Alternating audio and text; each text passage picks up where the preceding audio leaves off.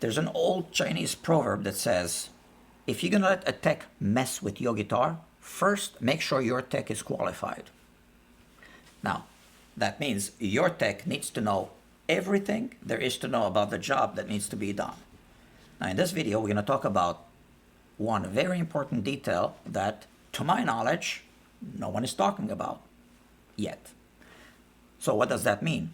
Well, if no one is talking about it, that means that the odds are your tech is not aware of it. Now, I'm not saying that your tech is incompetent. What I am saying is that we can all learn something new every day. So that means you should definitely watch this video till the end and then click the share button so that the entire community can benefit from the information.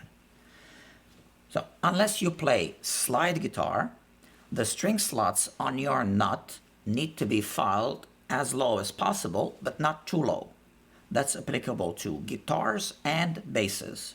I'm going to be using a 5-string bass in this video because it's easier to see the issue on a thick string. So if the string slots are filed too low, the string will buzz against the first fret when you play the open string.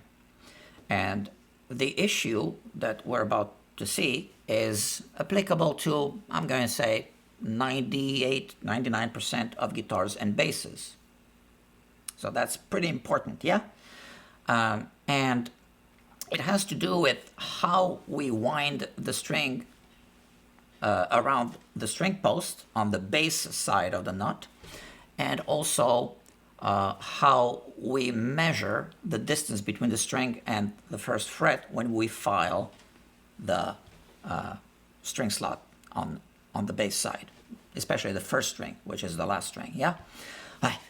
So, welcome back to Guitar Quackery, and let me take you to the shop, and let's just see what it's all about. As you can see, this string was wrapped 3 times. Now, the logic is to increase the break angle of the string so that you get more pressure at the nut. Well, the thing is that you really don't need to increase the pressure to that point. So now, let's see what happens when we increase the break angle. So what we want to pay attention to is the space between the first fret and the string, the space right here as I push down. Watch. As you can see, the string goes upwards, right? So now we've increased the space, yeah? That's not what we want. So when we file a nut slot, one popular method is to push down on the second fret and tap over the first fret.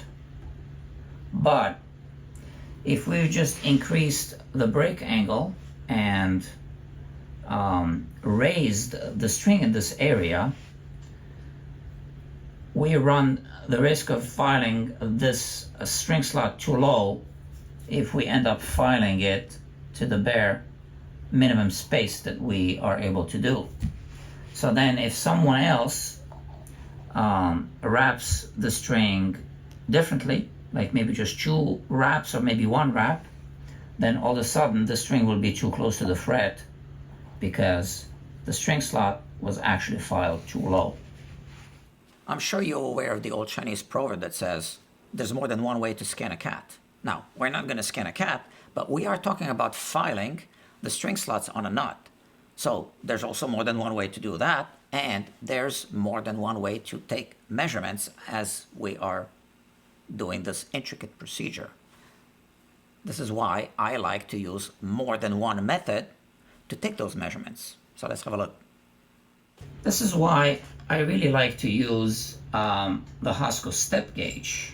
All right, so with the Hosco step gauge, I can measure the height of the fret first, right where the string is. That's where I should measure. So here, I need a magnifying glass.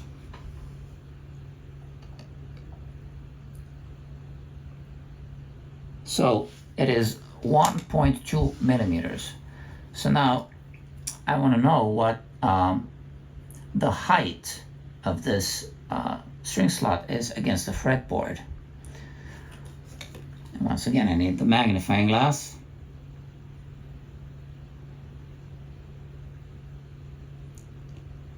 I measure 1.4 millimeters because 1.3 does not pass. Okay, so 1.4, from 1.2 to 1.4. So let's put the string back, and I want to show you this issue from the other viewing angle. I want to keep the topic of this video focused on measurements, not on filing the nut. So I'm not going to show you the filing procedure in this video. And here now we saw how to use the Hosco step gauge to measure the depth of the string slot. And now I'm going to show you how to use a dial indicator to measure the height of the string. And in fact, I just want to show you again the string lift when the break angle behind the nut is increased. Let's have a look at that. This is my dial indicator. This probe rides on the string, and I use it to measure the distance that the string moves. Well, normally I measure the distance between the string and the fret. So now it hits the fret, and that's the distance I can measure. So as you can see, when the string goes down, it moves counterclockwise.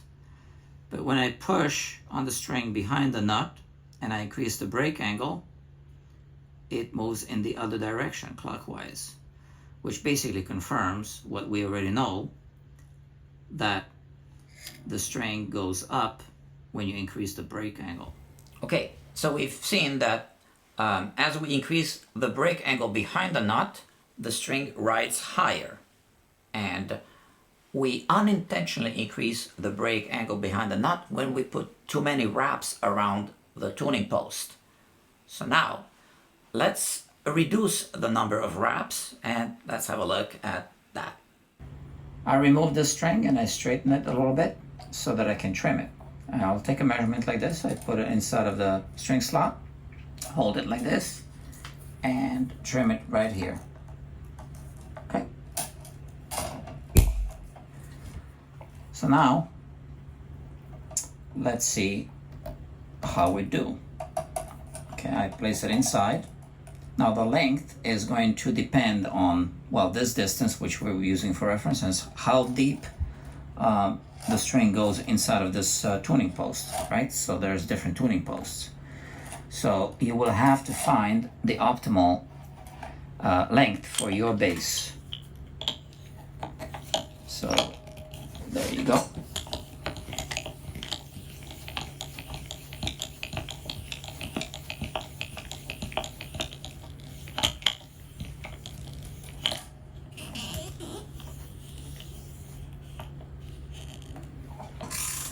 So now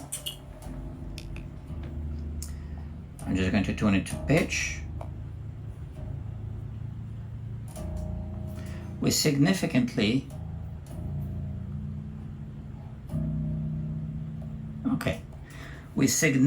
decreased this break angle.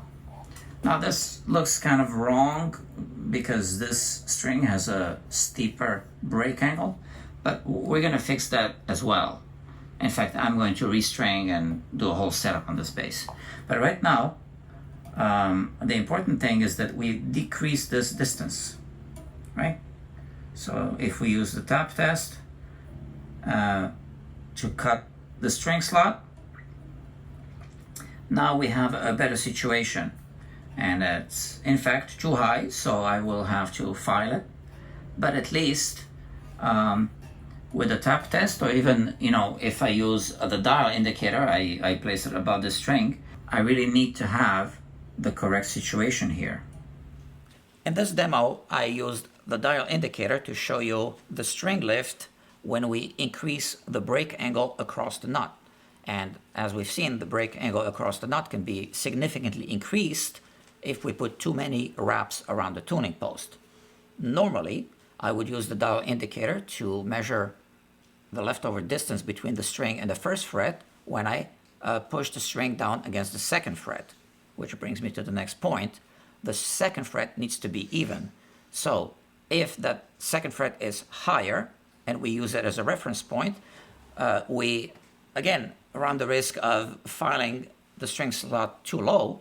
And if the second fret is too low, then again the measurement is off because we are using the second fret as a reference point. So before we do a tap test or before we use a dial indicator to measure that very small distance, we first need to use the fret rocker and possibly a fret rocker and some feeler gauges to make sure the second fret is even with the first and third fret. Okay, so now I did a whole setup on this bass. In fact, I perfected the string slots on the nut and then did a whole setup. I'm not going to show you any of that, but you know, I finished the job.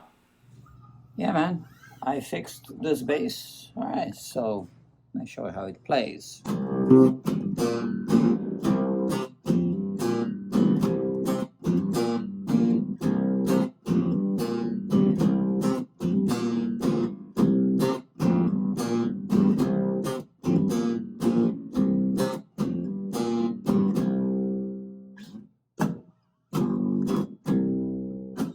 Okay, I'm playing it through a guitar amp right there.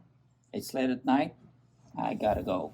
Okay, so if you feel you benefited from this information, make sure you tell your techs to watch this video.